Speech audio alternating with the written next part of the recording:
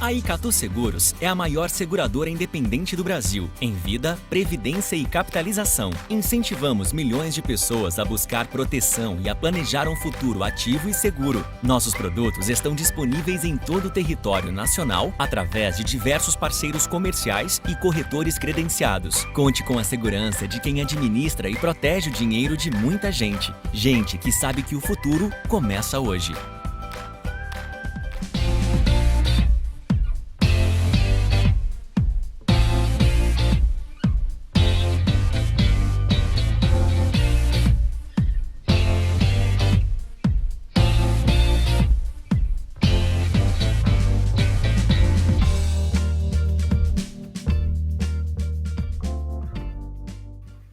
Olá, senhoras e senhores, estamos no ar, mais uma live aqui, Diego Casagrande, conversando com vocês, direto dos Estados Unidos, mas focando também em muitas coisas do Brasil, coisas que nos importam, coisas que nos interessam. Terminamos a eleição, segundo turno da eleição de 2020, nós temos uma convidada especial para comentar os resultados e o que sai dessa eleição de 2020, já projetando 2022. Esta live é Estúdio América.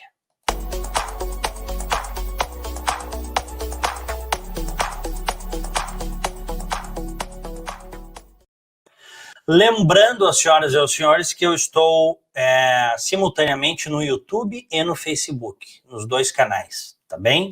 Sejam todos muito bem-vindos e seja bem-vinda minha querida convidada, colega, amiga, ex-senadora Ana Amélia Lemos, bem-vinda. Tudo bem, Ana? Tudo bem, Diego, é um prazer estar com você novamente, com os seus seguidores, que são muitos. É um prazer para conversar sobre nosso momento brasileiro, momento também da relação aí com esse país onde você está trabalhando agora e que tem uma relação muito estreita com o nosso país. Muito bem. A Ana foi uma senadora destacadíssima, teve um papel fundamental no combate aos descalabros do PT, ao impeachment da presidente Dilma Rousseff, tinha uma reeleição assegurada para o Senado, né, na última eleição e acabou sendo candidata a vice-presidente da República. E agora é a representante do Estado do Rio Grande do Sul em Brasília, no escritório do Rio Grande do Sul em Brasília. Ana, como é que tu observaste o Brasil que saiu das urnas no primeiro e no segundo turno? Eu acho que primeiro foi uma festa da democracia, em absoluta normalidade democrática, milhares de candidatos, e mostrando também, digamos, a atitude do eleitor brasileiro, que eu acho que deu uma mensagem muito direta nessa eleição. Ele não agrada a ele os extremos, sejam os extremos da esquerda, sejam os extremos da direita. Eu acho que essa foi a mensagem mais adequada para você entender, mais clara, do resultado dessa eleição. Claro que a leitura que a maioria das pessoas está fazendo, e isso é muito positivo, mostra que o eleitor, de fato, no voto lá, pensando ele próprio, sozinho, livre-arbítrio, ele decidiu isto, mas, por outro lado, também, evidentemente, que influenciando pelo fato da pandemia, uma abstenção a mais elevada da história desde o estabelecimento da urna eletrônica em nosso país. Então, são esses dois sinais que eu percebi, um certo descontentamento com a política, com a atividade política, a abstenção justifica isso, e, por outro lado, um recado nesse sentido de a volta ao centro, nem à esquerda, nem à direita, muito radical, mas a volta do país ao centro. Eu acho que isso é muito bom para o país. A virtude está no meio, não é, Diego? É interessante que, se a gente pegar os números, nós vamos ver um protagonismo dos partidos tidos como mais moderados, né? Um protagonismo. Assim, então, pega PSDB, pega MDB, pega DEM, o Centrão está comemorando... O meu partido, o PP... O PP, o Progressistas, o Centrão está comemorando muito, né? E isso talvez projete para 2022 uma escolha por aí. Centro-direita ou centro-esquerda, mas não extrema-direita nem extrema-esquerda. E uma coisa que sai dessa eleição não é... São Paulo que mostra isso. São Paulo mostrou claramente isso. Sim, claramente. E uma coisa que sai desta eleição é que o lulopetismo ele foi dizimado, né? Acabou o Lula como possibilidade de poder, acabou. Não é que vai terminar, porque terminar não termina, mas está encolhendo. Pior resultado do petismo, do Lula em 40 anos. Da história do partido. Então, da história, né? Da história do partido. Eu acho que isso também nos diz, né? Quer dizer, que nós viramos uma página importante da história brasileira, não é, Ana? Ah, não, esse é outro, exatamente a história do radicalismo, né? Quer dizer, para um lado ou para o outro. Então, não foi o radical da extrema-direita ou da extrema-esquerda que levou vantagem nessa eleição. Quem levou vantagem nessa eleição foi o centro. Foi o centro. Então, o eleitor disse, não, eu quero moderação, eu quero aí tranquilidade, né? E veja no Rio Grande do Sul, que você conhece bem, o caso de Caxias do Sul e o caso de Pelotas, né? Onde o PT tinha... pelo menos até em Caxias, um candidato que tinha digamos, uma aceitação fora partido, o Pepe Vargas, um deputado, tinha uma aceitação fora do partido, foi um bom prefeito em Caxias do Sul, e ele não conseguiu ganhar a eleição. O PSDB ganhou a eleição em Caxias do Sul. Isso é muito sintomático, porque o Pepe estava assim, acima do partido dele, que é o PT, Partido dos Trabalhadores. E a mesma coisa em Pelotas também, né, que era uma zona forte, muitas universidades, e essa revelação também da vitória que teve a candidata do PSDB, a Paula, a reeleição, no segundo turno. Então, esses dois fatores, no caso do Rio Grande, também explicam bastante a situação do partido que não conseguiu ir, claro, sem falar em Porto Alegre, com o caso Manuela Dávila, que não era bem do PT, ela era do PCdoB, porém, recebeu apoio no segundo turno do partido do presidente Lula, né? E tu diz a Manuela em Porto Alegre agora? Isso, sim, também. PT de vice, né? PT era vice. Exatamente. Tu vê que o PT está tão desmontado que pela primeira vez o PT cede a cabeça de chapa, né? É isso, ele foi coadjuvante apenas, né? Foi coadjuvante no caso de Porto Alegre. Coadjuvante porque não tinha. Eu acho que foi um dia muito importante para o Brasil. O caso de São Paulo é flagrante, quer dizer, o PT nasceu em São Paulo. Era um partido dos trabalhadores, né? Do ABC, né? O partido do ABC. E a capital mostrou aquilo, né, em todas as regiões da cidade de São Paulo, e o candidato escolhido pelo presidente Lula, onde ele quis mostrar força, foi desastroso, né, o desempenho do Tato, né? Agora, Ana, eu acho que tem uma coisa muito importante, a vitória dessa frente, porque se formou uma frente em Porto Alegre para vencer a Manuela Dávila, né? Veja que das 3 eleições que ela fez, é o melhor resultado dela. Muita gente até diz, poxa, mas com tudo que ela ainda fez 45% dos votos. Então foi preciso uma... É para entender exatamente da radicalização, é o efeito da radicalização. Exatamente. Se fosse um candidato radical contra a Manuela no segundo turno, talvez perdesse a eleição. Foi um candidato que, inclusive, tem uma história de centro-esquerda, que é o Melo, ele até está mais para o centro agora, de um ano para cá, mas ele conseguiu fazer uma coalizão de muitos partidos e muitas pessoas com opiniões distintas, porque ele não é sectário. E aí se conseguiu vencer a Manuela, porque eu acho que não seria, acho que seria péssimo para Porto Alegre, até para o Brasil, o PCdoB e o PT retomarem Porto Alegre, né, Ana? Aí seria contraditório, né? Mas eu acho que a lição que os gaúchos deixaram foi muito adequada e ela reflete o comportamento do Brasil inteiro. Essa volta à virtude, volta ao meio, volta ao centro, né? In meso virtus, diz o ditado latino, né? É isso aí. A virtude está no meio. Então, a virtude, a moderação, a ponderação, o respeito, a tolerância, né? O que a política estava era a intolerância, né, Diego? Não é uma questão apenas de você discordar de uma pessoa, é uma intolerância. Se você não pensar exatamente como eu quero que você pense, você é contra mim. Então, nós chegamos a esse limite. Agora, eu acho que isso foi muito bom, foi digamos assim, uma inflexão muito importante e um recado extraordinariamente claro que o país precisa entrar pelo centro, né? Então, é muito bom isso, né? O que não significa que a gente não precise ter candidatos comprometidos com as reformas do país. O país precisa ser reformado, não é, Ana? E o fato de você ser um reformista radical não te transforma num revolucionário ou num reacionário. Muito pelo contrário. O Brasil precisa de reformas. Agora, não adianta ficar ter um discurso... É economia, estúpido.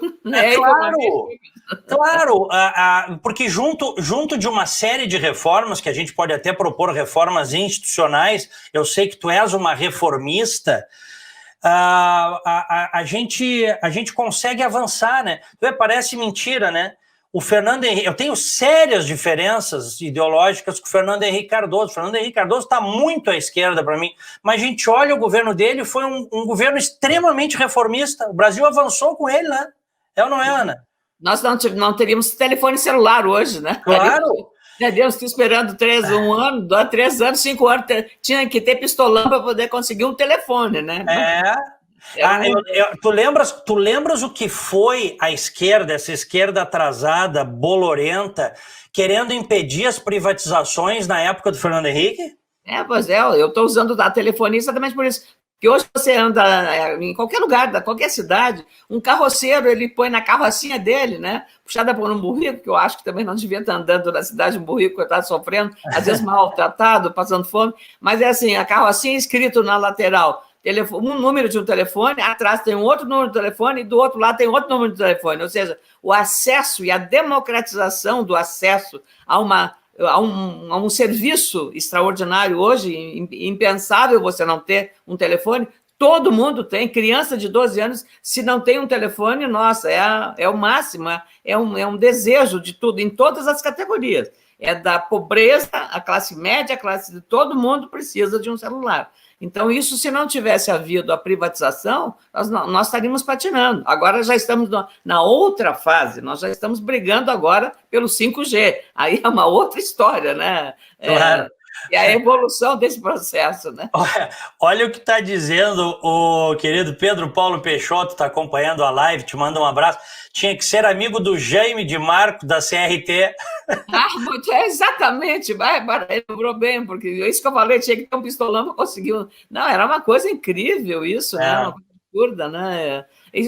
Nesse processo foi uma coisa realmente... E hoje nós estamos caminhando, foi aprovada a lei também do saneamento básico, que é uma coisa importante. O país é um país que não tem saneamento básico, né, Diego? Então, eu acho que essa é uma coisa bem precisa mesmo fazer, essa a revolução nós temos que fazer. Não temos que ter preconceito. Não importa que seja setor privado ou público, a gente precisa que tenha o serviço. A população paga muito caro para não ter. Então, é preciso que ela pague para ter o serviço. Aquilo que ela paga em menor custo, ou um custo racional, adequado, justo, para ter o serviço. Nós não temos, né? Então, pagamos por não ter o serviço. Isso custa caro e é ruim para o país, né? Ana, olha aqui, ó, a Virgínia Maria de Castro pergunta: Diego, pergunte à senhora Ana Amélia o que ela acha do STF. Dá a tua opinião aí, Ana. Olha, eu acho que a instituição STF, como todas elas, como o Congresso Nacional como instituição, como o Poder Executivo como instituição, são instituições formadas por pessoas, por homens. Então, eu acho que se você começar a bater na instituição do Poder Judiciário, você quebra uma regra. Existem os seus mecanismos de controle, de fiscalização do comportamento dos magistrados. São os Conselhos Nacionais de Justiça. Então, quantos magistrados são afastados, são julgados? O processo é demorado. Claro que é.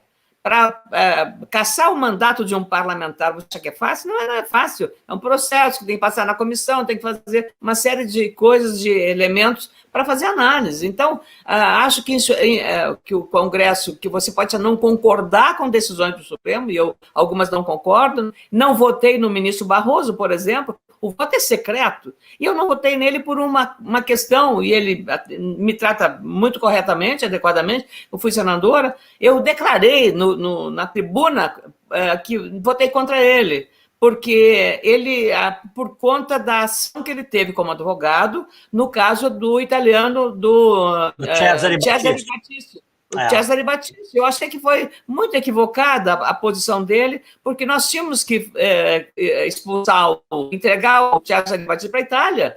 Ele é um país democrático, não tinha nenhuma dúvida. Então ficou aí sim, eu acho que o Supremo peca, primeiro, pela demora de tomar decisões que impactam sobre a economia, sobre a vida do cidadão, ou sobre setores importantes. No agronegócio, coisas que demoraram 12 anos para a Corte Suprema se manifestar. É um equívoco, é muito grave isso, porque a consequência e o preço que se paga por isso é muito caro.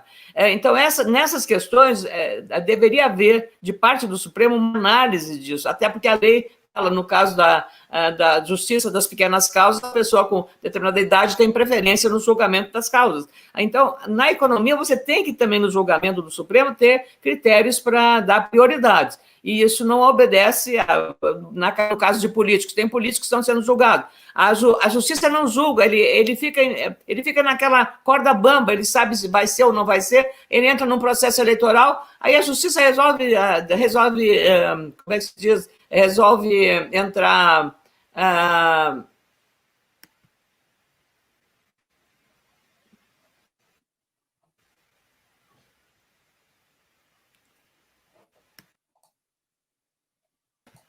Oi, Ana, deu um cortezinho aí. Entrou, pois eu vi o corte, por isso que eu estou retornando aqui. Peraí, é que eu não consegui te ouvir o final que tu estavas dizendo. Eu estava falando que é preciso, portanto, que o Supremo tenha a responsabilidade de tomar essas decisões que vão impactar, por exemplo, sobre o direito de um cidadão que está em processo eleitoral, que isso seja julgado logo para dar mais segurança ao candidato e, sobretudo, aos eleitores, porque eles vão votar num candidato que, passada a eleição, vai ser condenado e ele tem que sair do cargo. É essa a questão, falando no direito individual. E, no caso de interesse coletivo, nessas questões que têm um impacto sobre a economia, sobre custos, sobre todas as demais. Então, é nesse sentido que eu acho que a gente precisa ter uma atitude mais correta e o Supremo tem que deliberar com mais...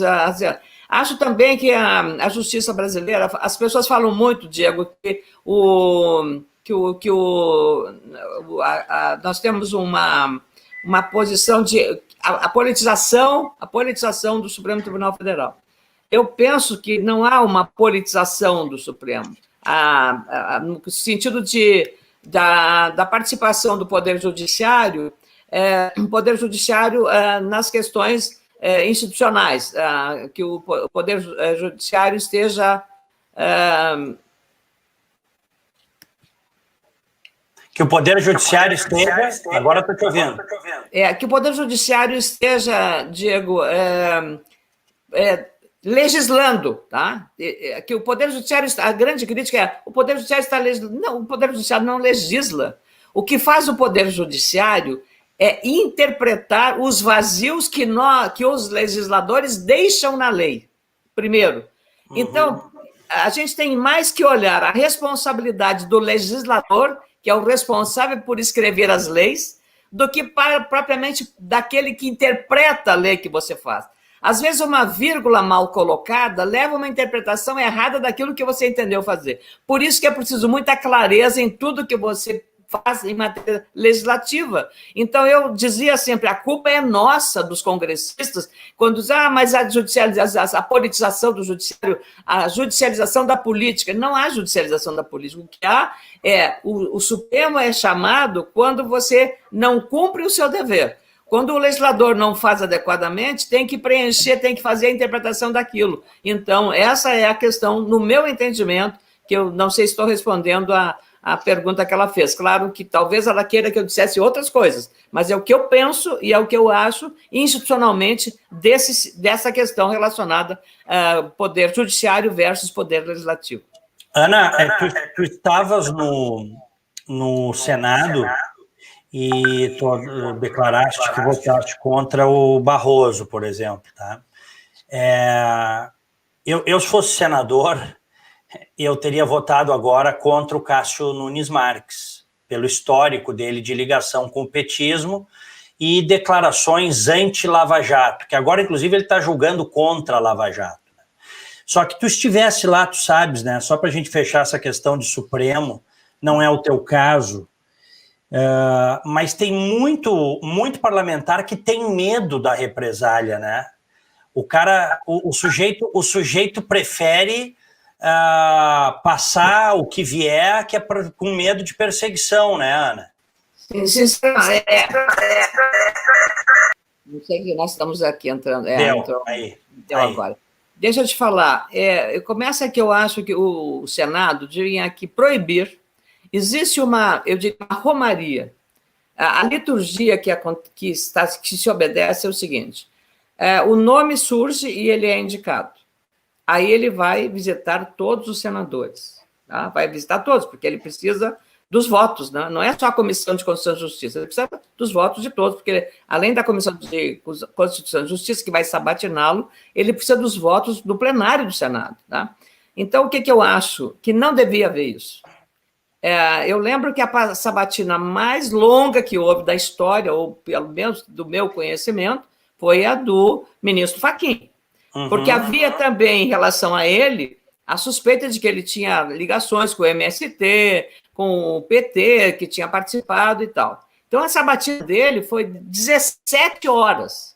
Talvez a sabatina mais adequada que tivesse havido. Porque agora é um faz de conta nas sabatinas. Chega lá e tal, todo mundo elogia, todo mundo faz, não sei o quê. Parece que, sabe, é uma coisa, é um faz de conta só. A do Fachin, não, foi uma sabatina dura, 17 horas ininterruptas, Diego. 17 horas. Então, foi assim, e aí não teve, eu acabei votando nele, no Fachin, exatamente pelo que ele disse na sabatina.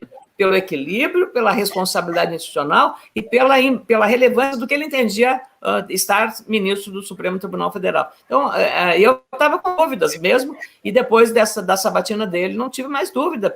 Até levantei, juízes católicos me mandaram perguntas, eu fiz as perguntas para ele sobre várias questões delicadas, né, para ele. Ele respondeu com muita serenidade, com muita clareza, nada entende demais. Mas eu acho que não devia ter isso, porque acaba criando assim uma espécie de compadrio, você fica muito amigo, né? Fica lá, ele chega no teu gabinete. E o que acontece? Depois que ele é aprovado, ele assume um outro patamar.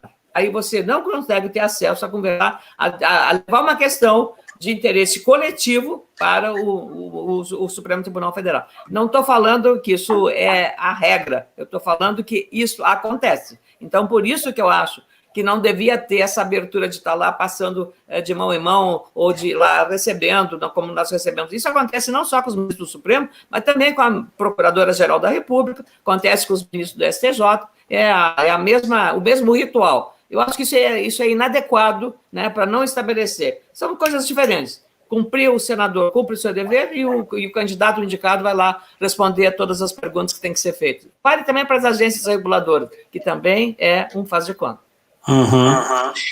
Aliás, saiu agora.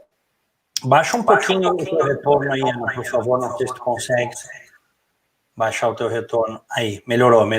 Estás me ouvindo? Estou te ouvindo. Tá. Saiu agora na Cruzoé, na revista Cruzoé Online, eu até quero ler, uma reportagem bem extensa, como o Augusto Aras, Procurador-Geral da República, está matando a Lava Jato. Aquilo que se previa, eu me lembro que tu foste uma lutadora pela Lava Jato, lembro dos teus discursos na tribuna, as tentativas inúmeras que houve de liquidar a Lava Jato, pois agora a Lava Jato está sendo liquidada. E quando a gente fala matar ela, alguns dizem, mas a Polícia Federal continua fazendo operações. Pode fazer milhares. Quem vai matar é o Ministério Público ou o Poder Judiciário, se estiver aparelhado contra a Lava Jato, não é isso, Ana? Claro. Ali não pode dizer o Poder Executivo está dando liberdade para a polícia até um determinado limite. Lógico. É um limite, né, Diego? Então, é uma pena, porque a Lava Jato consagrou o Brasil, como as mãos limpas na Itália também, o mundo inteiro até hoje lembra. Foi o momento de dizer o país das bananas. Qualquer filme, qualquer ficção que havia, quando um gangster terminava o filme, ele dizia assim, bom, matou bastante ou roubou bastante, o que você vai? Eu vou embora para o Brasil. Então, até na ficção, era uma forma de você mostrar um país irresponsável, que era o nosso, o país da impunidade. E nas novelas também, o Oded Reutemann, né, da Banana, o ator que, né, termina da Banana, comete lá as suas estrepulias e aí dá banana para os brasileiros e vai embora, né? Então, é um pouco esse simbolismo que tem. A Lava Jato criou a crença de que não era só pobre e ladrão de galinha, tá, e negros que iriam para a cadeia, que era isso. Então, a ideia da Lava Jato de botar os magnatas na cadeia. E isso foi uma nova visão da justiça. Por isso ela ganhou da população brasileira. E foi naquele momento de 2013 que a população foi para as ruas, milhões e milhões de pessoas, abaixo a corrupção, fora o PT, fora Dilma e tal. Nasceu aí esse sentimento da população. E hoje você entrou numa campanha anti-Lava Jato em vários setores, daqueles que andavam com a bandeirinha defendendo a campanha contra a corrupção. Lamentavelmente é assim. A hipocrisia também é grande no nosso país, é bom lembrar disso. Ana, me conta uma coisa, a questão da economia, hein? Como é que tu tá vendo? Como é que o Brasil vai sair? Tu que tá aí em Brasília, continuas com muitos contatos políticos, provavelmente em 2022 tu vais voltar a concorrer, né? Se as condições políticas, tem um partido, né? O partido, hoje você não existe a figura do candidato avulso, né? Você precisa de um partido. O PP é o partido que eu estou filiado, e eu espero que o PP me acolha, né? Mas eu sei que também existe outras pretensões, outros pretendentes, né? E aí é que vai fazer. Mas eu estou de sangue doce, como a gente fala, né? Então, 2022 chegará no seu tempo para essa decisão. Isso, claro, dependo basicamente dos eleitores, né, Diego? Mas eu cumpri meu dever. Eu trabalhei muito, posso não ter feito tudo o que eu podia fazer, mas se eu não fiz foi não por falta de capacidade, mas não por falta de empenho, mas por falta de capacidade. Então, Senado. Se tu fores, é Senado. Senado. Nenhuma chance de concorrer a outro cargo? Não. Poder Executivo é para pessoas, eu diria assim, que têm assim, muito preparo para a gestão. Eu trabalhei muito tempo em setor privado, na RBS, tantos anos como executiva aqui em Brasília, mas eu acho que eu aprendi bastante no Senado, Diego, aprendi mais do que em 40 anos como jornalista, mas ali é uma atividade que você representa o interesse do Estado, é a Casa da República, por isso são 3 por Estado, 3 senadores, então é uma casa da revisão, uma casa revisora também, então você tem opções de trabalhar. Trabalhei muito. E eu espero, se não der também, vou encontrar coisas para fazer na vida, porque eu acho que a gente tem que fazer. Agora, o desafio do presidente Bolsonaro ele devia focar menos na preocupação com a reeleição e mais no resultado que ele vai oferecer à população brasileira. Porque você precisa, para poder, digamos, auxiliar mais a redução da pobreza, de gerar condições para você desenvolver a economia. Não adianta você reduzir a pobreza artificialmente com alguma medida paternalista ou uma medida que a sociedade vai pagar. Não tem almoço de graça. Então, os R$600 que foram importantes, necessários, oportunos, foi uma das medidas mais, digamos, oportunas que o governo pôde dar no momento eu diria, de desespero, as pessoas passando fome. Então, tem que fazer isso. Agora, a fonte do recurso aí agora foi esgotado o recurso. A realidade agora mostrou a sua cara. E para compartilhar, ou você aumenta imposto ou você reduz gasto no setor público. Não é que nem na casa da gente. Reduz gasto público, ou a pandemia veio para mostrar o quanto de economia foi feito. Em energia elétrica, em gasto de transporte, em gasto de cafezinho, em gasto de tudo que foi coisa, né? Porque as pessoas não estão indo para o trabalho. Então, aí pode se avaliar. Então, uma pequena compensação, mas isso é pequeno perto do volume que o governo precisa para socorrer essas populações mais carentes, que não tem água, não tem luz, não tem esgoto, não tem saneamento, não tem saúde, não tem educação, é carente em todas as coisas. Então, para criar uma condição social melhor de desenvolvimento, geração de emprego, você precisa que ter uma economia em atividade. Nós temos setores que são altamente dinâmicos, como é o setor do agronegócio, que é o grande gerador, e que eu não entendo como é que pessoas assim inteligentes no Brasil ataquem essa área como se fosse a pior coisa que tem no mundo. É um absurdo isso, é um desserviço que faz, e especialmente a esquerda no Brasil, que não vê a clareza que essa... Hoje, a agricultura brasileira é a mais tecnificada do mundo, é a mais sustentável do mundo, Diego. Aí as pessoas, mas aqui consome muito defensivo agrícola. Não, acontece que nós produzimos 2 safras, é um país tropical, e penso que a Europa produz uma safra, porque do hemisfério norte todo só tem uma safra, tem um inverno super rigoroso, a neve, nós não temos neve. Nós não temos, então, a grande massa, a grande área da produção é na área tropical e subtropical. E isso dá ao Brasil essa condição.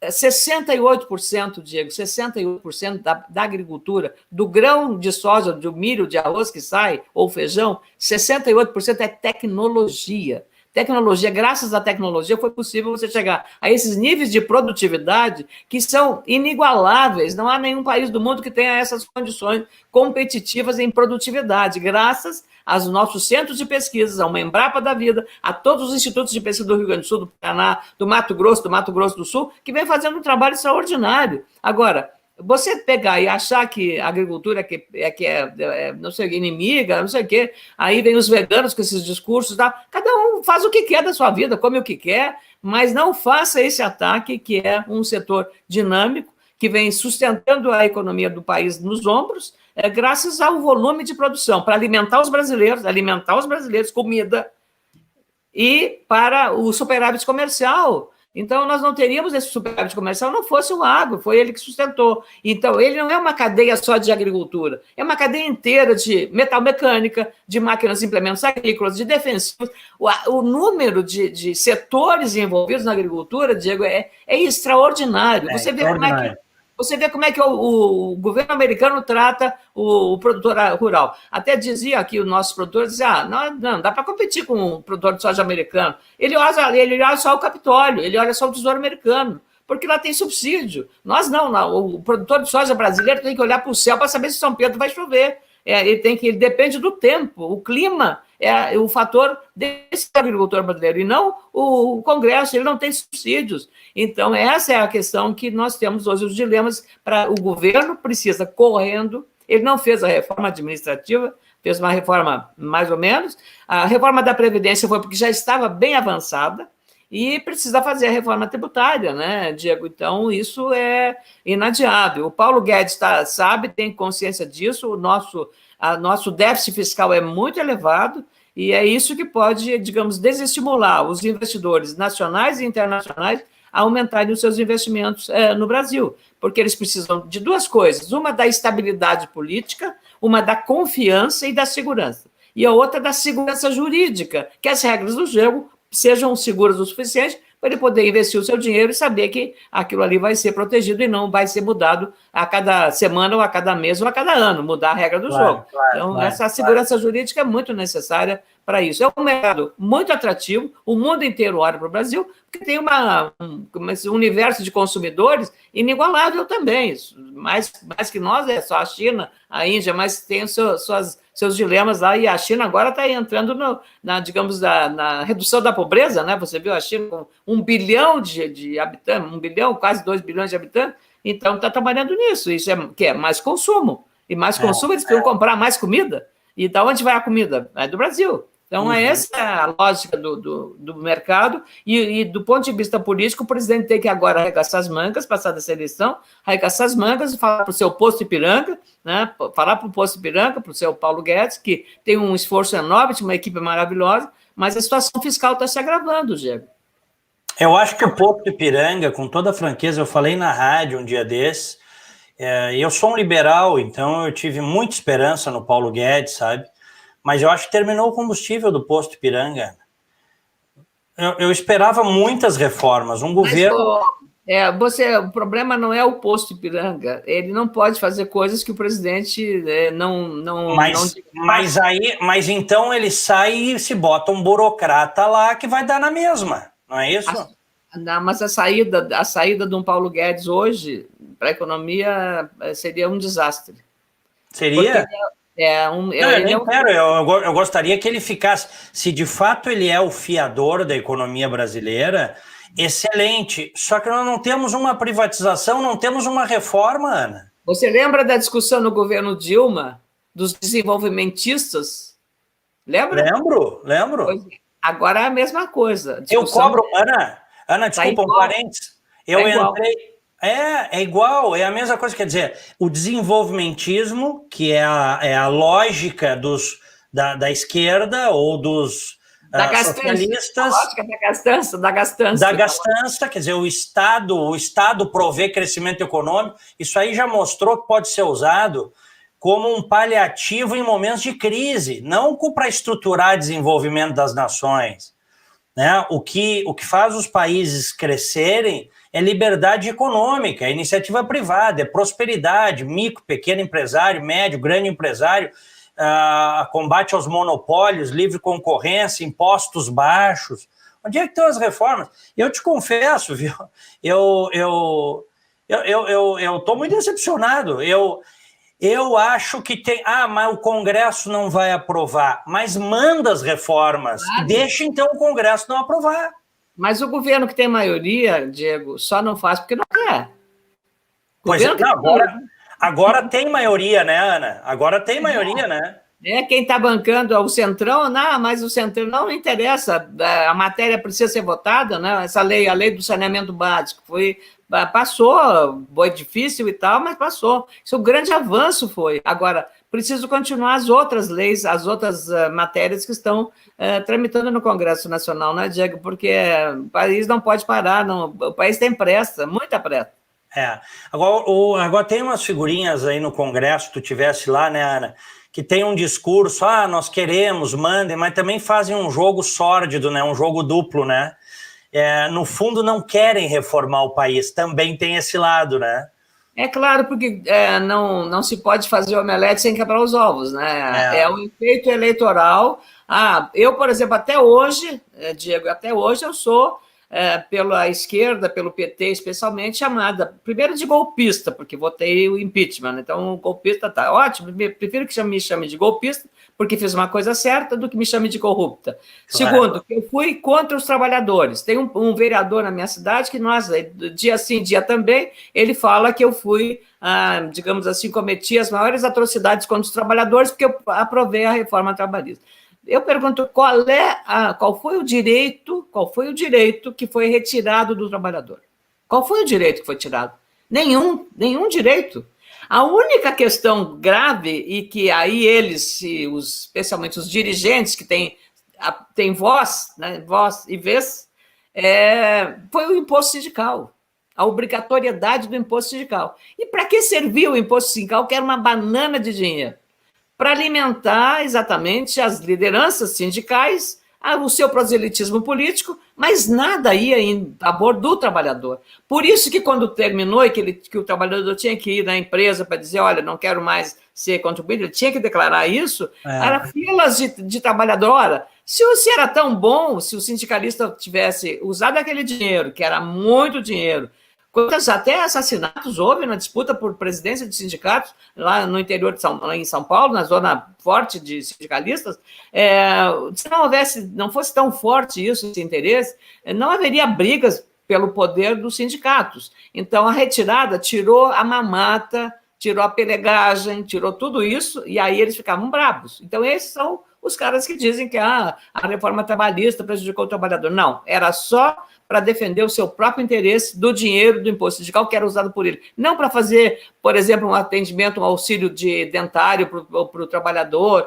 ou melhorar as condições, ou dar um apoio para ele na área da educação, para os filhos, uma bolsa de estudo, não. Era exclusivamente para o uso daquelas pessoas que estavam trabalhando no comando dos sindicatos, né? Então, essa é a questão.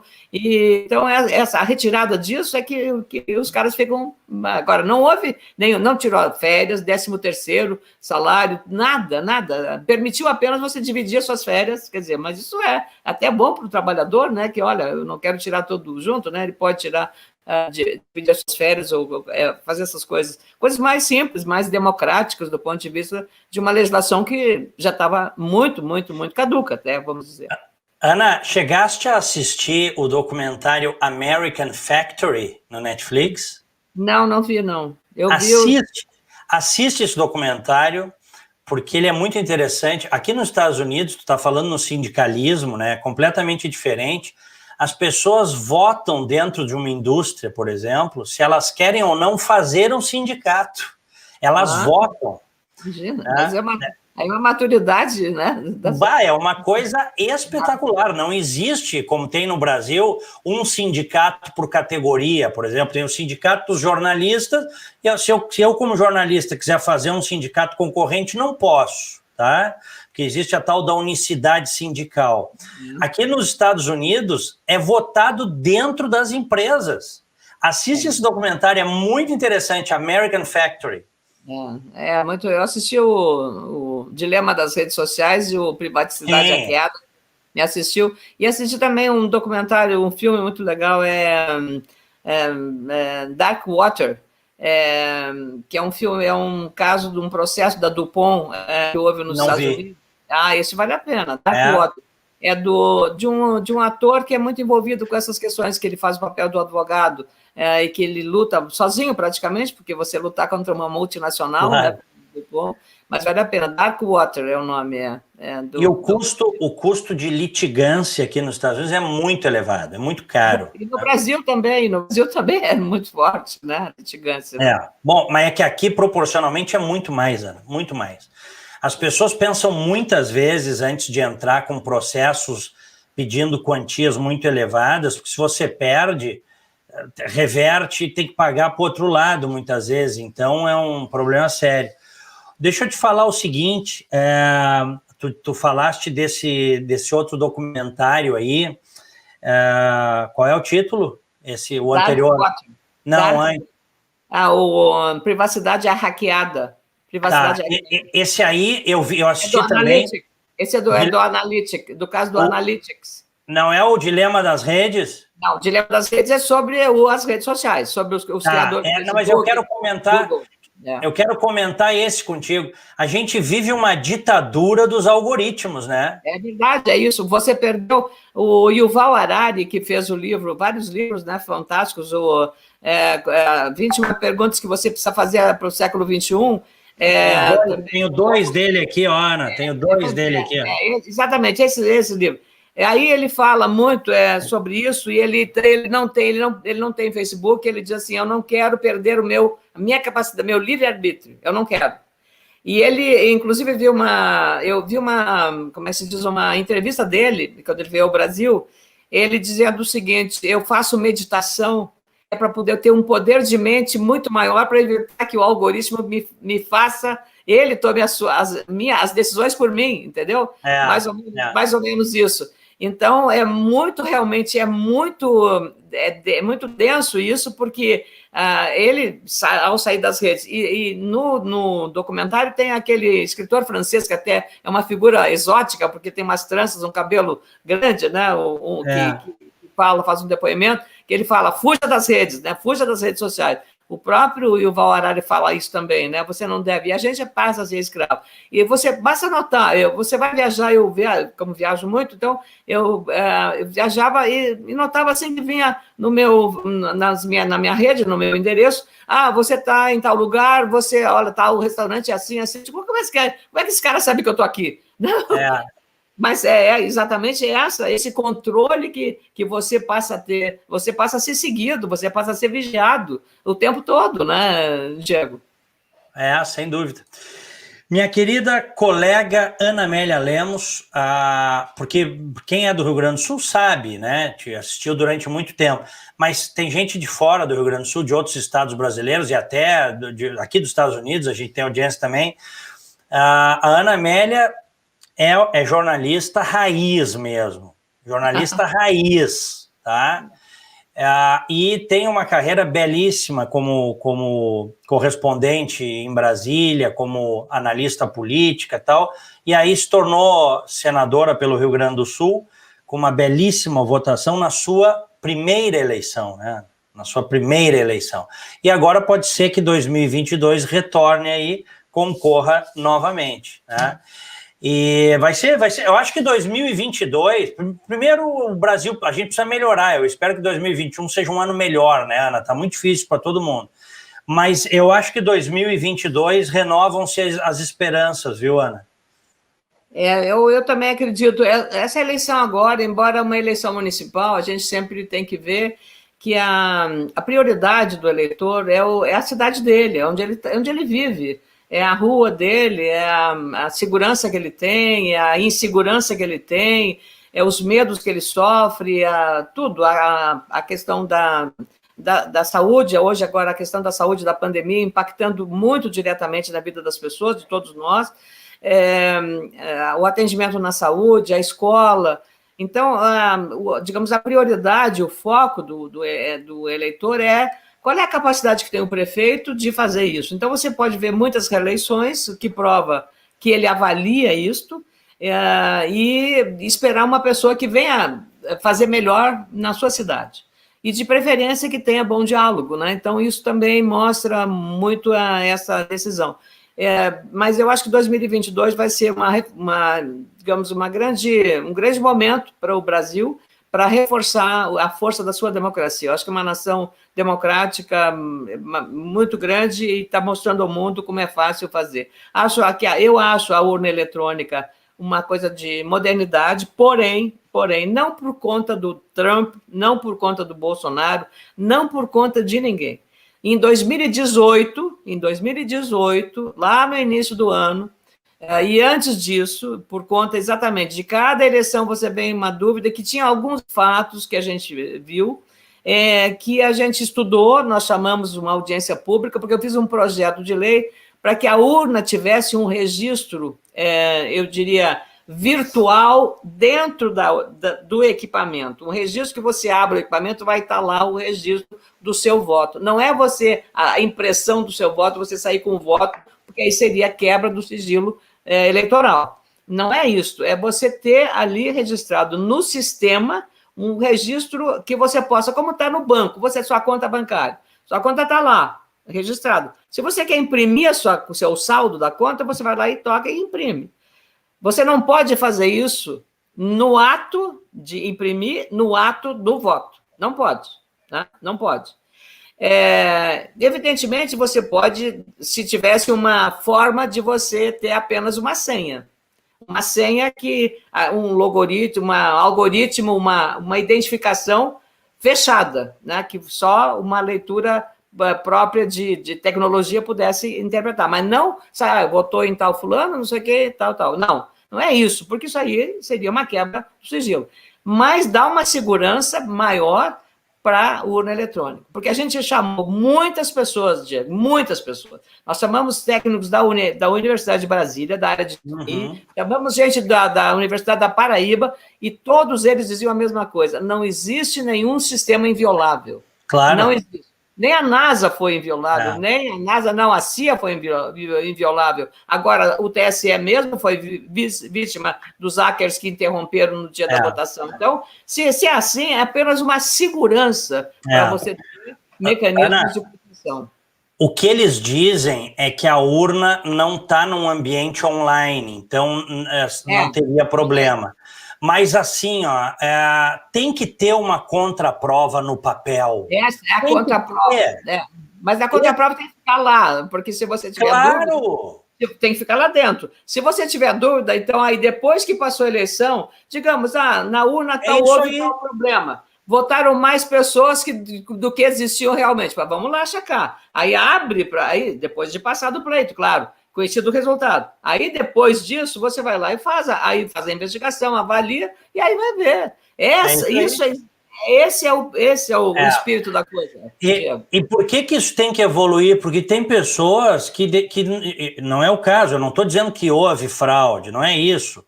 Não é o meu caso também, né? Não, mas é que tem gente que se vale dessa narrativa para espalhar o terror. Exatamente. Então, trata de fazer uma contraprova e acaba com essa... É ou não é? É o mesmo, é exatamente isso, mas fazer de uma maneira que não quebre o sigilo eleitoral. Claro, mas para dar segurança para o eleitor, né? E a democracia também. O resultado precisa dessa segurança. O resultado Claro. Muito bem. Ana Amélia Lemos, olha, prazer falar contigo. A Elisete está dizendo, senadora Ana Amélia, por favor, volte ao Brasil. O Brasil precisa da senhora. Não, volte, o Brasil precisa da senhora. E tem várias mensagens aqui Claro que sempre também tem críticas, né, Ana? Isso aí, a rede... Eu estou aqui também, volta e meia, levo umas burdoadas, até nem sei direito por quê, mas acontece. Tem um que disse aí, um prezado internauta, que tu apoiasse o Haddad e o PT em 2018. Eu não sei de onde é que ele tirou isso, mas... Ele devia ter lido uma mensagem do Bolsonaro me agradecendo, porque a eleição no domingo, eu fui na segunda-feira, eu fui para a tribuna e disse, olha, não tenho nenhuma dúvida, e sem nenhum tipo de contrapartida, meu voto é para o Bolsonaro. Ele me postou, vai olhar a página do Bolsonaro do dia do segundo turno para ver. Um elogio e um agradecimento a mim pela minha coragem e tal. Eu lembro, mas eu lembro, inclusive com todas as diferenças que tu tinhas e que as pessoas possam ter, naquela eleição de 2018 foi feita uma escolha muito consciente, nós precisávamos tirar a organização criminosa que se instalou no Brasil, né? É isso? Eu tinha mais uma questão local do Rio Grande do Sul também para resolver um problema local, que eu entendia que nós faríamos melhor, o meu partido, se fizesse aliança com o Eduardo Leite. E aí, hoje, cada vez mais, vendo o avanço que o Rio Grande do Sul teve nas reformas que foram feitas até agora, está faltando apenas a reforma tributária, é que eu vejo, em 5 anos, pela primeira vez, o salário dos servidores está sendo pago em dia, Diego. Não é pouca coisa isso. E se não tivessem as reformas sido feitas, certamente isso não estaria acontecendo agora. Então, eu tenho a plena convicção e eu fico feliz de isso estar acontecendo, porque a minha decisão não era com a vaidade pessoal nem nada, porque eu tinha um mandato praticamente, digamos, garantido de 8 anos, troquei, certo, por um mandato de 4 e incerto, quer dizer, só verdade. Que não tenha, digamos assim, desapego ao poder para fazer uma coisa dessas, né? Então, dizer que eu apoiei o Haddad, olha, a pessoa tá fora da casinha, está fora da casinha. Né? As redes se prestam às coisas meio malucas, né? Agora, de maneira geral, muito carinho aí por ti, pela tua história, o pessoal está manifestando, viu? Pelo menos, olha aqui, olha, isso aqui, olha, ninguém pode me chamar de corrupta, de desonesta, mas lá, por isso que eu posso falar, eu posso bater, eu posso gritar. Eu votei contra o Aécio, fui uma das poucas senadoras para ele ser cassado do mandato e tal, tendo apoiado em 2014, onde ganhamos, mas depois, você tive, mas eu soube fazer o julgamento, que a minha régua moral é a mesma para o adversário e para o meu correligionário. Não tem outra coisa para fazer, Diego, não tem, você não pode ter 2 opções de julgamento, é uma só. Então, não tem conversa. Comigo é assim. Não leva desaforo para cá. Muito bem, muito bem. Obrigado pelo papo aí. Vamos conversar mais vezes, hein, Ana? Muito obrigada, viu? Muito obrigada, cara. Meu caro Diego. Eu lembrei de você, para terminar, falar uma coisa amena. Saiu uma edição especial do Amor em Tempo de Cólera, do Gabriel Garcia Marques. Saiu, e eu lembrei de você. Foi especial, porque estava esgotado esse livro, né, dele. Falo muito. Eu ganhei, deixa eu contar para quem está nos acompanhando, eu ganhei este livro na época, minha colega de jornalismo na empresa, foi no início dos anos 90, eu, repórter da Rádio Gaúcha, início dos anos 90, e a Ana me presenteou com esse livro do Garcia Marques, que eu guardo com muito carinho, é uma obra-prima, aliás, e a Ana sempre com predileção pelas boas leituras. Então, muito obrigado, viu, Ana? Muito obrigada, Diego, pela oportunidade. Primeiro, obrigada pela amizade, viu? Eu conviver com pessoas inteligentes como você, com pessoas com cabeça aberta. Muitas coisas, às vezes, nós temos posições divergentes, né? Claro, normal. Do futebol também, né? Temos posições divergentes, né? Mas eu acho que bonito da vida é isso, né? Então, o que seria do azul se todo mundo gostasse do amarelo, né? De alguém ficar sem graça, né? Dessa coisa. Eu acho que a vida é isso, né? O desafio permanente, dia a dia. Tá? Muito obrigada, uma boa semana a todos, aos teus seguidores, que são milhares. Você é uma pessoa de opinião e eu admiro pessoas assim, tá? Um grande abraço. Recíproco, outro. Valeu.